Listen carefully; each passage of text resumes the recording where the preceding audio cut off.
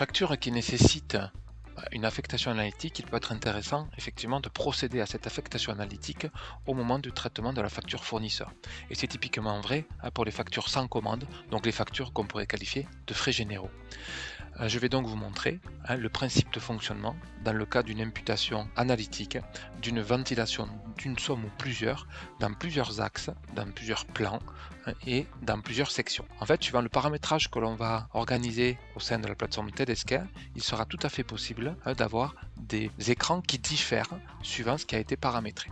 Donc là, en l'occurrence, je suis paramétré en lien avec un ERP de type Sage100. Ce paramétrage a organisé un certain nombre de plans analytiques, donc ou axes analytiques, plan ou axe étant la même chose.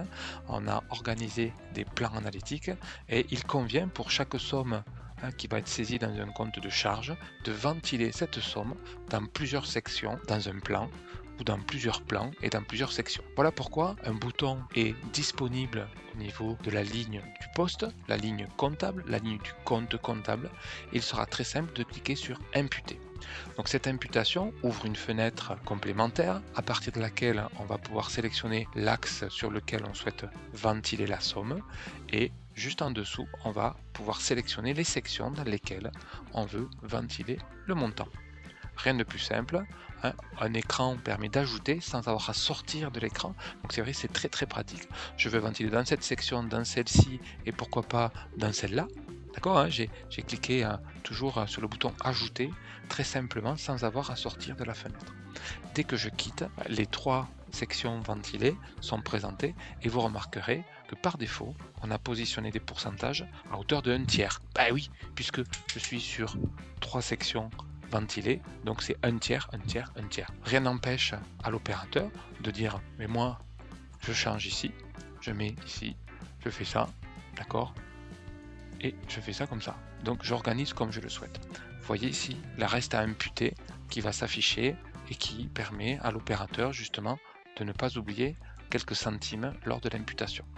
Pour passer à l'axe suivant, rien de plus simple, soit je sélectionne ici la partie supérieure, soit l'axe suivant ici qui est présent sous la forme d'un bouton.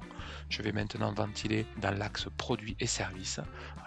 De la même façon, j'ai la sélection de plusieurs sections ou pas avec le pourcentage là en l'occurrence qui se positionne à 50, la moitié.